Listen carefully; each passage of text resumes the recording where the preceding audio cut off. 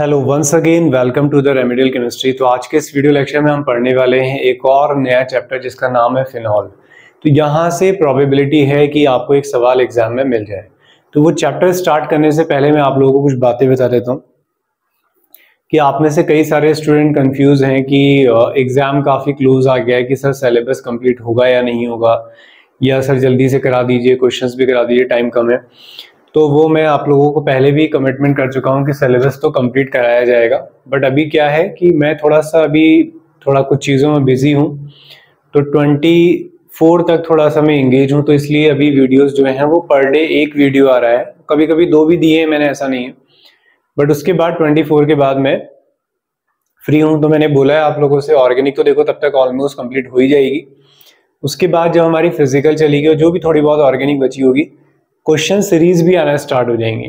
ठीक है, तो फर्स्ट वीक ऑफ अगस्त तक आपका सिलेबस और क्वेश्चन सीरीज वगैरह सब अच्छे से कंप्लीट हो चुका होगा। तो बस आप लोग बने रहिए साथ में, ऐसे वीडियोस जो अभी आ रहे हैं वो उनको कवर करते रहो। और पुराना रिवाइज करना बहुत ज़रूरी है। अगर आप 100% सिलेबस कवर करके जाते हैं तो कोई फ़ायदा नहीं है अगर आपका रिविज़न नहीं हुआ है। तो आप बार बार चैप्टर्स को रिवाइज करें। यूनिट 1 में मैंने जो भी क्वेश्चंस बनाए हैं उन्हीं को बनाओ, कोई एक्स्ट्रा नहीं बनाने। उसका लिंक भी आप लोगों को टेलीग्राम लिंक में नीचे भेज दूंगा, तो पीडीएफ भी वहां से जाके डाउनलोड कर सकते हैं। तो वो बनाओ, सारे क्वेश्चन सिलेक्टेड हैं। देखिए नंबर ऑफ क्वेश्चंस तो खत्म नहीं होंगे, आप कॉन्सेप्ट बना लें तो उसके रिगार्डिंग जो भी क्वेश्चंस बन सकते थे मैंने बता दिए। ऑर्गेनिक की सीरीज मैंने बोला है क्वेश्चंस की आएगी, वो शायद मैं मिक्स सीरीज बनाऊंगा। क्वेश्चंस तो काफी सारे सिलेक्ट कर लिए मैंने, क्योंकि देखें एल्कोहल का क्वेश्चन एल्डिहाइड वाले में भी टच हो जाता है, तो एक ही के अंदर रखना उसको सही नहीं है, तो मिक्स करके करेंगे। ठीक है, तो जो भी अगर सेपरेट वाला होगा सेपरेट वाला करेंगे। तो बेफिक्र रहिए आप, बस अपने साइड से आप लोग चीजें कवर करते रहें। तो बाकी मैंने आपको बता दिया कि कब कैसे क्या चीजें होने वाली है। 24 के बाद लेक्चर्स में और ज्यादा स्पीड आ जाएगी। पर डे हो सकता है कि 3 लेक्चर्स आए, एक फिजिकल आए, एक ऑर्गेनिक आए, और एक आपका क्वेश्चन सीरीज का लेक्चर आएगा। ठीक है, तो क्लियर है? तो चलिए स्टार्ट करते हैं। तो आज का हमारा चैप्टर है, इसका नाम है फिनॉल। तो आज हम बात करेंगे फिनॉल के बारे में। तो फिनॉल तो सभी लोग जानते हैं, बेंजीन के ऊपर OH को हम कहते हैं फिनॉल। ठीक है, अगर इसकी ऑर्थो पोजीशन पे CH3 लगा दिया जाए, ऐसे ही मेटा पोजीशन पे लगा दें एक बार, और एक पैरा पोजीशन पे,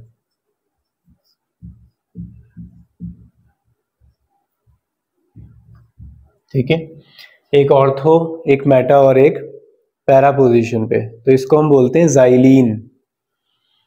ठीक है, नहीं सॉरी, क्रीसॉल। जाइलीन में तो दोनों आपके पास CH3 वाले आते हैं। तो ये है आपके पास क्रीसॉल, इसको बोलेंगे ओ क्रीसॉल, यानी कि ऑर्थो क्रीसॉल। ये है आपका मेटा क्रीसॉल, और ये है आपका पैरा क्रीसॉल। ठीक है, ऐसे ही अगर आपके पास OH OH लग जाए, एक OH आपका मेन पे है और एक OH आपका ऑर्थो पोजीशन पे लगा देते हैं, तो इसको कैटेकॉल बोलते हैं। एक OH आपका यहाँ है, एक मेटा पे लगा दो, इसको रेसोर्सिनॉल बोलते हैं। एक OH ऊपर है, एक OH नीचे है, तो इसको बोलते हैं क्विनॉल, या क्विनोन भी कहते हैं। ठीक है, इसको बोलते हैं रेसोर्सिनॉल, और इसे बोलते हैं क्या बोलते हैं, इसको हाइड्रोक्विनोन भी बोलते हैं, इसको बोलते हैं कैटेकॉल। ठीक है, स्पेलिंग देख लेना। तो ये कुछ नेमिंग है जो आपने ध्यान रखनी है। अब बात करते हैं इसके प्रिपरेशन की बात करते हैं। तो देखिए प्रिपरेशन में क्या है। ओके, तो प्रिपरेशन में ये क्लोरोबेंजीन से जो हम बनाएंगे, ये हम लोगों ने डाउस प्रोसेस के नाम से प्रीवियस लेक्चर में भी इसे कंप्लीट किया था। तो क्या होता है इसमें, ये हमारे पास NaOH होता है, 623 केल्विन और 300 atm प्रेशर, और लास्ट में हमें एसिड भी डालना पड़ता है। तो NaCl बाहर होगा और OH आ जाएगा, इसको डाउस प्रोसेस हम बोलते थे। ठीक है, तो एक तरीका तो ये होता है इसे बनाने का। फिर बाकी देख लेते हैं। एक इसे आप बेंजीन डाइएजोनियम क्लोराइड से बना सकते हैं। बेंजीन डाइएजोनियम क्लोराइड भी लेक्चर में पढ़ा था हम लोगों ने सैंडमेयर रिएक्शन में। तो जब बेंजीन डाइएजोनियम क्लोराइड की रिएक्शन यानी कि N2Cl N2 positive Cl negative, इसकी रिएक्शन कराते हैं वाटर से और हल्का वार्म वाटर लेते हैं तो हल्का हीट कर देंगे। N2 गैस बाहर, HCl बाहर, क्या बन जाता है? OH। सिंपल रिएक्शन है, आ भी सकती है। N2 बाहर हो गया हीट करने से, H2 के पास क्या होता है? H और OH, H और Cl बाहर हो गया तो ये फिनॉल बन गया, राइट। उसके बाद डाउस प्रोसेस से आप बना सकते हैं इसको। फिर है आपके पास नाइट्रेशन। तो बेंजीन का नाइट्रेशन कर सकते हैं आप कंसंट्रेटेड HNO3 से, या फिर आप लिख सकते हैं H2S2O7। H2S2O7 को ही क्या कहा जाता है? ओलियम कहा जाता है। तो इसका नाइट्रेशन करेंगे, सल्फोनेशन करेंगे, सल्फोनेशन। तो क्या लग जाएगा? SO3H, sulphonic acid. उसके बाद वाला स्टेप रट लेना है कि इसमें NaOH मिलाया जाता है, फिर लास्ट में H पॉजिटिव। तो ये सब ग्रुप गायब हो जाते हैं और क्या आ जाता है? OH। तो एक मेथड आपके पास ये होती है। फिर एक इंपॉर्टेंट मेथड होती है क्यूमीन प्रोसेस। क्या कहते हैं इसे? Cumene process. ये तो शायद पिछले बार आई है LT में, या पता नहीं किस एग्जाम में देखी मैंने आप लोगों के रिगार्डिंग जो एग्जाम्स होते हैं, ठीक है। क्यूमीन प्रोसेस या तो लैब असिस्टेंट वाले एग्जाम में आई थी शायद, पता नहीं, ध्यान नहीं आ रहा किस में आई थी। तो क्यूमीन प्रोसेस में क्या होता है? क्यूमीन क्या होता है? बेंजीन के ऊपर CH और उसके साथ 2 CH3, जिसको आइसोप्रोपाइल बेंजीन भी बोलते हैं। क्या बोलते हैं? Isopropyl benzene. इसकी रिएक्शन करानी होती है O2 से। तो दोनों O जो है ना, कार्बन और H के बीच में लगा दो। CH3 को कुछ नहीं करना है तुम्हें, CH3 वैसे ही लगे रहने दो बेंजीन के साथ, कार्बन के साथ। जो दोनों O आते हैं वो बीच में लगा दो। तो ध्यान रखें, कार्बोक्सिलिक एसिड नहीं है। कार्बन ऑक्सीजन के बीच में सिंगल बॉन्ड होता है तो क्या बोलते हैं उसे? पेरोक्साइड बॉन्ड बोलते हैं। तो क्या नाम है ये? क्यूमीन हाइड्रो, इसकी वजह से आ गया, और पेरोक्साइड, क्यूमीन हाइड्रोपेरोक्साइड। इवन इसके इंटरमीडिएट से भी सवाल होते हैं, आपसे बोल देता है कि क्यूमीन प्रोसेस में इंटरमीडिएट क्या बनता है, ऑप्शंस दे देंगे, इनके स्ट्रक्चर पहचानने पड़ेंगे, ठीक है। तो ये होता है। दूसरी बात बोलेगा कि क्यूमीन में क्या बनता है, क्यूमीन प्रोसेस से क्या बनता है, तो देख लेते हैं आगे क्या बनने वाला है। उसके बाद इसकी रिएक्शन करा दो H2O/H पॉजिटिव से, बस इसको तोड़ दो, ये उतना पार्ट अलग। तो क्या बना? बेंजीन के ऊपर OH और बाकी बचा हुआ पार्ट क्या है? CH3 है, C है, फिर O है, फिर CH3 CH3 क्या होता है? कीटोन होता है। तो दोनों ही बाई प्रोडक्ट इंपॉर्टेंट होते हैं। तो एक बनता है फिनॉल और एक बनता है एसीटोन। तो क्यूमीन प्रोसेस में क्या बनता है? फिनॉल एंड एसीटोन बनता है, राइट। और बस ये कहानी है इस क्यूमीन प्रोसेस के बारे में। तो इंपॉर्टेंट है, इसमें स्टार लगा लेंगे, ठीक है। ये जितनी भी रिएक्शंस हमने देखी है उसमें आप इसमें स्टार लगा लेंगे। तो अब बात करेंगे हम इसकी फिजिकल प्रॉपर्टीज के बारे में। फिजिकल प्रॉपर्टीज के बारे में, जहां पे एक इंपॉर्टेंट टॉपिक हम पढ़ेंगे एसिडिक कैरेक्टर, ठीक है, लगाने को आ सकता है पेपर में। फिजिकल प्रॉपर्टी में सबसे पहले हम पढ़ते हैं बॉइलिंग पॉइंट, जो कि डायरेक्टली प्रोपोर्शनल होता है हाइड्रोजन बॉन्डिंग के। तो इसका मतलब यहाँ पे मैं बात करने वाला हूँ कि फिनॉल हाइड्रोजन बॉन्डिंग शो करता है। तो फिनॉल का मॉलिक्यूल और ये O और ये H, फिर इस H के साथ कौन जुड़ सकता है? इसका O, और उसके पास H है, ये देखिए। तो फिनॉल के अंदर हाइड्रोजन बॉन्डिंग होती है, इस वजह से उसका बॉइलिंग पॉइंट हाई है। दूसरा होता है सॉल्युबिलिटी। अगर इसने वाटर के साथ भी हाइड्रोजन बॉन्डिंग करी तो ये वाटर में सॉल्युबल भी हो जाएगा। तो सर जब आपस में कर रहा है तो वाटर के साथ तो क्या ही प्रॉब्लम आएगी। ये H के साथ कौन जुड़ जाएगा? O और ये H। तो सॉल्युबिलिटी वाटर में भी सॉल्युबल होता है due to presence of hydrogen bonding, ठीक है। दो बातें समझ में आई। अब बात करते हैं इसके एसिडिक बिहेवियर के बारे में, ठीक है। तीसरा पॉइंट है एसिडिक नेचर। अब एसिडिक नेचर के लिए क्या क्या चीजें रिस्पॉन्सिबल है? पहला यहां लिख लेते हैं। पहली बात जो मैंने अल्कोहल के लिए भी पढ़ाई थी आपको, कि अल्कोहल जो है वो सोडियम के साथ रिएक्शन करके कौन सी गैस बाहर कर रहा था? हाइड्रोजन। मैंने वहां समझाया भी था कि जो भी एसिड होते हैं वो किसी मेटल के साथ रिएक्शन करके कौन सी गैस बाहर करते हैं? हाइड्रोजन बाहर करते हैं। तो C6H5 यानी कि बेंजीन के ऊपर ONA बन जाएगा, H बाहर हो जाएगा। अब खाली H लिखना तो अच्छा नहीं लगेगा, ठीक है, क्योंकि खाली H तो कुछ होता ही नहीं है, तो आप लिखेंगे खाली एक H को हाफ H2। ओके, तो फिनॉल क्या है? सोडियम के साथ रिएक्शन करके RONA सॉल्ट बनाता है और हाइड्रोजन गैस बाहर होती है, राइट। वहां मैंने कहा था कि अल्कोहल NaOH से रिएक्शन नहीं करता है, लेकिन फिनॉल करता है। तो फिनॉल अपना H छोड़ देता है और ये OH उसको ले जाता है, तो H2O बन जाता है। तो एसिड बेस रिएक्शन भी देता है, सॉल्ट प्लस वाटर बनेगा, ONA और H2O। लिटमस पर भी इसका इफेक्ट पड़ता है, ठीक है। तो बेस लिटमस को ब्लू करता है और ये क्या करेंगे? ब्लू लिटमस टू रेड, ठीक है। मैंने तो ऐसे ही याद किया, बेस मतलब ब्लू, किसको ब्लू करेगा? रेड को। तो ये आपका ब्लू को क्या करेगा? रेड करेगा, ठीक है। अब बात करते हैं वाई, कि ये अच्छे एसिडिक क्यों है। देखिए होता क्या है कि जो फिनॉल है वो अच्छा एसिड क्यों होगा? अगर वो अपना H पॉजिटिव देने के बाद स्टेबल हो जाए, तो ऑक्सीजन पे कैसा चार्ज आने वाला है? नेगेटिव, ठीक है। इसी को बोलते हैं फिनॉक्साइड आयन। चैप्टर में अलग से हेडिंग है आपके, ठीक है, फिनॉक्साइड आयन की स्टेबिलिटी। तो रेजोनेंस के थ्रू ये बॉन्ड क्या हो जाता है? कॉन्जुगेशन में चला जाता है। तो जो नेगेटिव चार्ज आ रहा है वो स्टेबल है, इसका एनायन स्टेबल होता है एज कंपेयर टू फिनॉल। तो फिनॉल को अगर मौका मिला तो तुरंत अपना H डोनेट कर देता है, ठीक है। इसीलिए कहा जाता है कि जो हमारे पास फिनॉल है वो क्या होता है? ज्यादा एसिडिक होता है, ठीक है। क्या रीजन लिखेंगे? Due to stable phenoxide ion. कोई पूछेगा फिनॉक्साइड आयन स्टेबल क्यों है? ड्यू टू मेसोमेरिक इफेक्ट या ड्यू टू रेजोनेंस स्टेबलाइजेशन, ठीक है। इसलिए फिनॉल ज्यादा एसिडिक होता है। अब इसमें ऑर्डर की बात करते हैं, सीक्वेंस की बात करते हैं।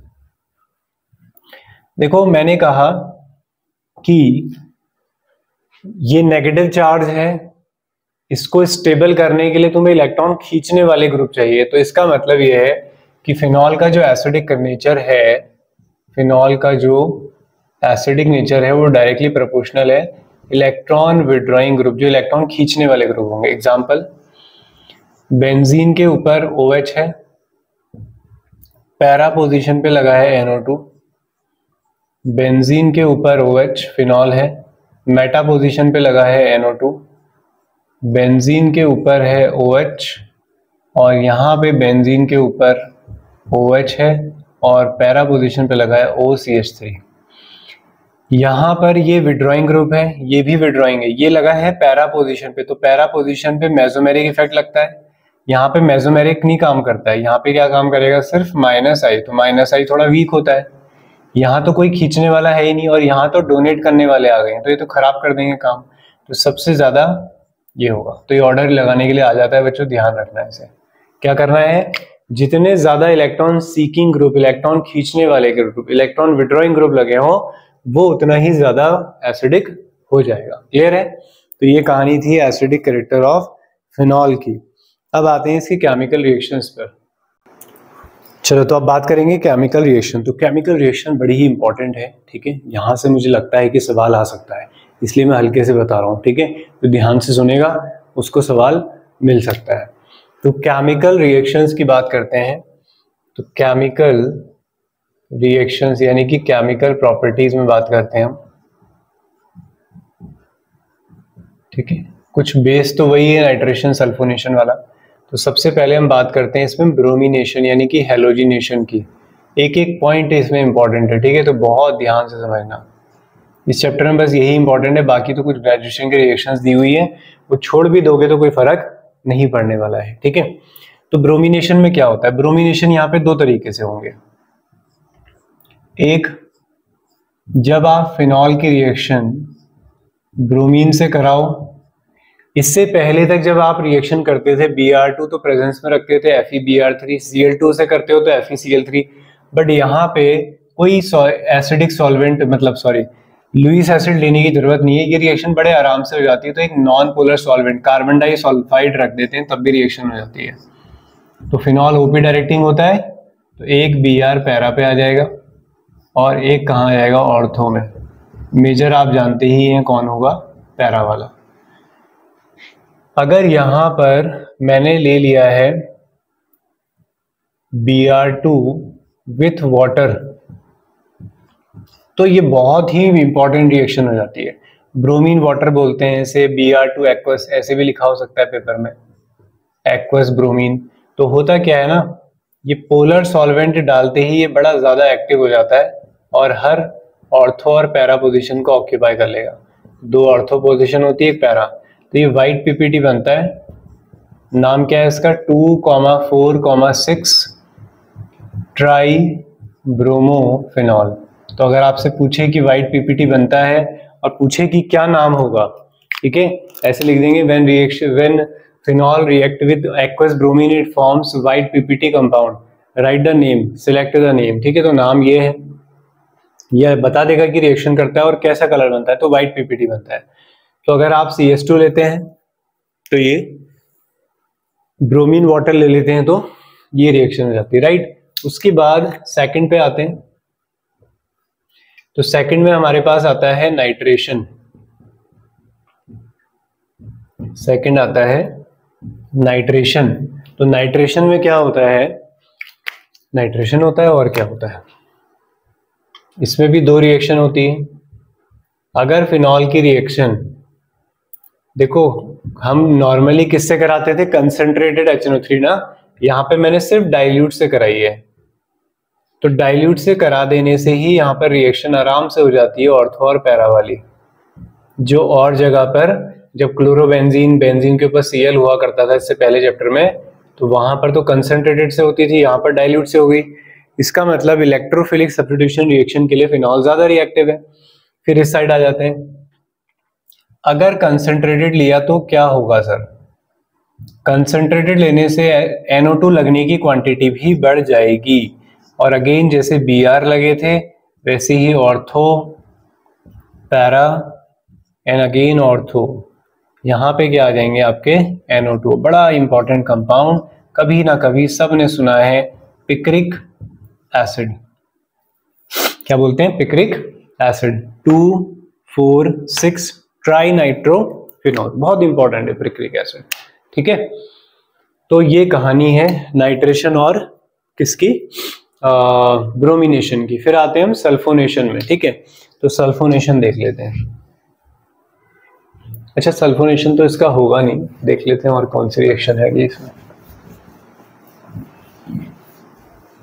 अच्छा, ऑर्थोनाइट्रो और पैरानाइट्रो के बारे में एक चीज और बताता हूँ मैं तुम्हें, इंपॉर्टेंट सी। ठीक है, देखो अभी जो आपने ऑर्थो और पैरानाइट्रोफिनॉल बनाए हैं उसमें मैंने मेजर माइनर नहीं लिखा।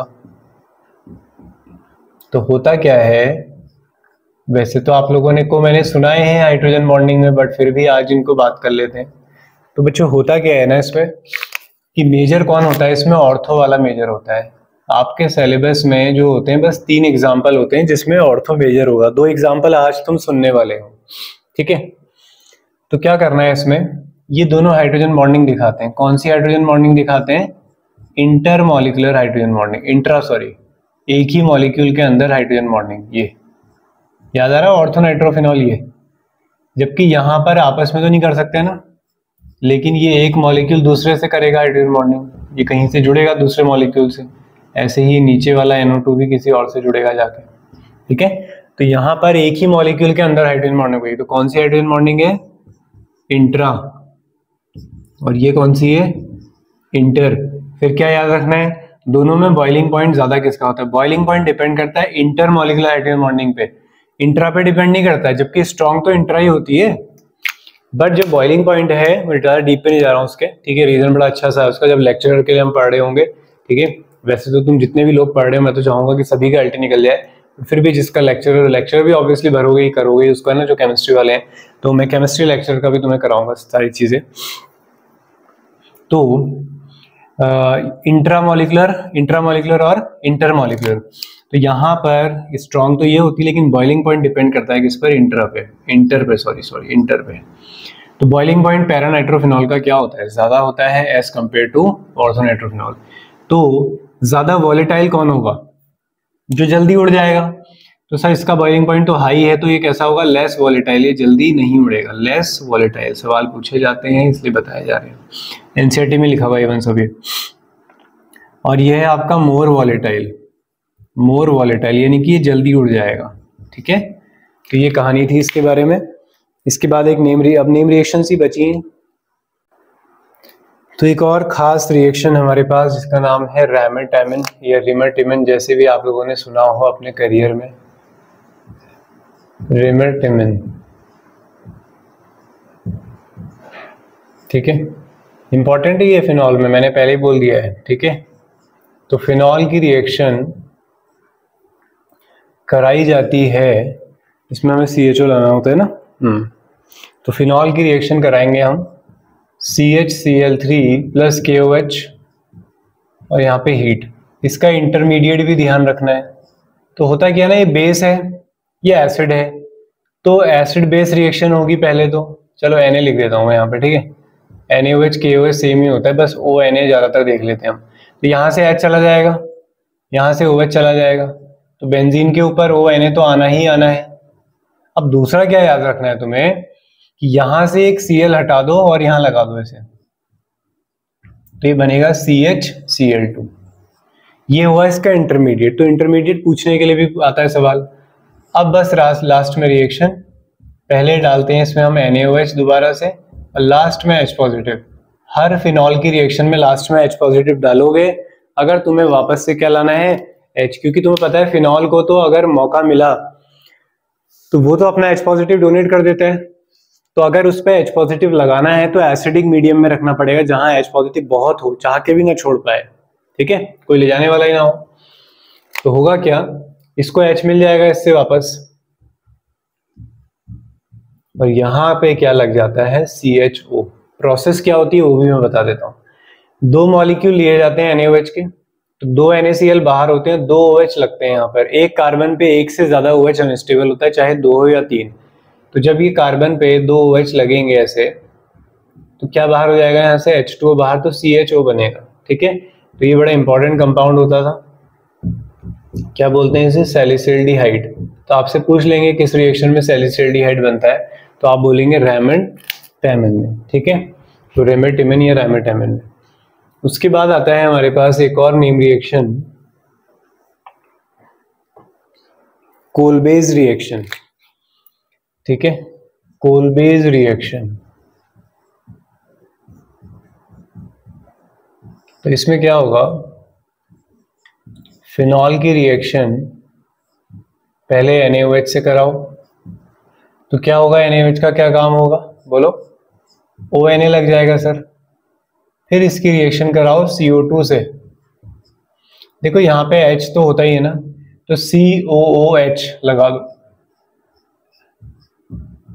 ONA और ये COOH। बस लास्ट में तुम्हें H लगाना है इस पे, तो वापस H पॉजिटिव डाल देना, तो ये बन जाएगा बेंजीन के ऊपर OH और ये COOH, सैलिसिलिक एसिड। क्लियर हुआ। तो ये कहानी है कोलबेज रिएक्शन की। और इसके बाद बात करते हैं एक और नेम रिएक्शन जिसका नाम है शॉर्टेन-बाउमैन। अब यहां से जो आगे को रिएक्शन है बहुत ज्यादा इंपॉर्टेंट नहीं है, ठीक है। शॉर्टेन-बाउमैन ये बिल्कुल एल्डोल कंडेंसेशन जैसी होती है, बस यहाँ पर बेंजीन ले लेते हैं, ठीक है। देख लेते हैं एक एग्जांपल। फिनॉल की रिएक्शन एस्टरिफिकेशन जैसी होती है। फिनॉल की रिएक्शन C6H5COCl से, फिनॉल की रिएक्शन C6H5Cl, मतलब बेंजीन के ऊपर COCl, इसको बोलते हैं बेंजोइल क्लोराइड। तो क्या होगा, ये H, ये Cl बाहर, जोड़ दो इन्हें, तो बेंजीन है, बेंजीन के ऊपर O है, O किससे जुड़ेगा, C से, C से क्या जुड़ा है, O, फिर C से क्या जुड़ा है, C6H5। बस इसको बोलते हैं शॉर्टेन-बाउमैन रिएक्शन, ठीक है। उसके बाद आते हैं लिडरमैनास, इसके बाद नेम रिएक्शन आती है लिडरमैनास। नाम स्पेलिंग वगैरह जो है वो सिलेबस से भी देख सकते हो, ठीक है। लिडरमैनास रिएक्शन में क्या होता है, फिनॉल की रिएक्शन आप यहाँ पे कराते हैं फॉर्मेल्डिहाइड से, HCHO। इस पर तो मैं ज़्यादा डिस्कस करूंगा अभी नहीं यहाँ पे, ठीक है। फिनॉल है या फॉर्मेल्डिहाइड है, तुम्हें कुछ किसी को याद आ रहा हो अगर, पॉलीमर में होती है एक रिएक्शन बैकेलाइट बनाने के लिए, फिनॉल फॉर्मेल्डिहाइड रेजिन के नाम से पढ़ते हैं, पॉलीमर चैप्टर हमारे उसमें है। तो फिनॉल और फॉर्मेल्डिहाइड यहाँ पे कंबाइन होते हैं, ये बैकेलाइट बनता है। तो बैकेलाइट की एक बेसिक यूनिट में बताऊं तुम्हें अगर, तो ये देखो क्या है, HCHO को क्या लिखते हो, HCHO को CH2O लिख सकते हो, बोलो HCHO को CH2O लिख सकते हो। यहाँ पे तो H है ही ना, ये H भी लगा दो इसमें, तो क्या बन जाता है CH2OH। इसी को रिपीट किया जाता है, 3 डायमेंशनल स्ट्रक्चर बनता है जिससे क्या बन जाता है, बैकेलाइट। तो याद रखना ही है तो क्या रखोगे, बैकेलाइट किससे बनता है, फिनॉल और फॉर्मेल्डिहाइड से। वो हम पॉलीमर में भी याद करते हैं, यहीं याद कर लो। नेम रिएक्शन कौन सी है, लिडरमैनास। बैकेलाइट इनमें से किस रिएक्शन से बनता है, लिडरमैनास रिएक्शन से बनता है, ठीक है। तो इस तरीके से तुम लोग उसको ध्यान में रखोगे, क्लियर हुई बात। उसके बाद एक और नेम रिएक्शन आती है, तो इसके बाद लास्ट रिएक्शन हम देखेंगे फ्राइज रीअरेंजमेंट। अब होने को ये अगर आप सिलेबस में देखें तो 2 रिएक्शंस और हैं, लेकिन उनकी ना बिल्कुल भी नीड नहीं है, वो तो जिन एग्जाम्स में पूछी जानी चाहिए, जो हाई लेवल के एग्जाम होते हैं वहां पे भी ज्यादा यूज नहीं है। तो फ्राइज रीअरेंजमेंट देख लो बस, एक मन तो इसको बताने का भी नहीं है मेरा, तो तुम छोड़ सकते हो, ठीक है। तो फ्राइज रीअरेंजमेंट में क्या होगा, फिनॉल लेना है आपने, फिनॉल नहीं लेना है, बेंजीन के ऊपर OCOOR, OCOR मतलब RCOOR, ईस्टर है, ठीक है। यहाँ पे क्या है, H है, तो बस रीअरेंजमेंट करना होता है यहाँ पर एसिड की प्रेजेंस में। तो क्या होगा, ये जो CO है ये यहां लग जाएगा और ये H इसके पास आ जाएगा, तो यहां तो बन गया फिनॉल और ये ऊपर चला गया, तो क्या बन गया, C डबल बॉन्ड OR। तो इसी को बोलते हैं फ्राइज रीअरेंजमेंट। इसके बाद होने को आपके पास कौन सी 2 नेम रिएक्शंस हैं इसमें, गेटरमैन सिंथेसिस और हॉबेन-हॉशिच रिएक्शन। तो कोई जरूरत नहीं है, और आप गेटरमैन सोच के ये ना सोचिए कि सर गेटरमैन तो इंपॉर्टेंट होती थी, ये वाली गेटरमैन नहीं है, ये फिनॉल वाली गेटरमैन है। गेटरमैन कोच और गेटरमैन सिंथेसिस वो तो इंपॉर्टेंट है, वो तो हम पढ़ेंगे लेक्चर में। तो आज की इस वीडियो में आप लोगों का फिनॉल चैप्टर भी कंप्लीट हो गया है। वीडियो पसंद आ रही तो उसे लाइक करना मत भूलो, तुम लोग लाइक नहीं करते हो, ठीक है। तो लाइक करना मत भूले, चैनल पे नए हैं तो सब्सक्राइब कर लें, और बाकी कोई भी वीडियोस के लिंक, प्लेलिस्ट के लिंक आप लोगों को ढूंढने में डिफिकल्टी हो रही है तो लिंक आप लोगों को डिस्क्रिप्शन बॉक्स में मिल जाएंगे। अदरवाइज आप कोचिंग के नेम से रेमेडियल कोचिंग करके सर्च कर सकते हैं, LT केमिस्ट्री 2024 रेमेडियल कोचिंग। तो आप लोगों को सारे लेक्चर्स वहां पर प्लेलिस्ट वगैरह सारी चीजें शो हो जाएंगी, ठीक है। तो मिलते हैं नेक्स्ट वीडियो में। Thank you very much for watching the video.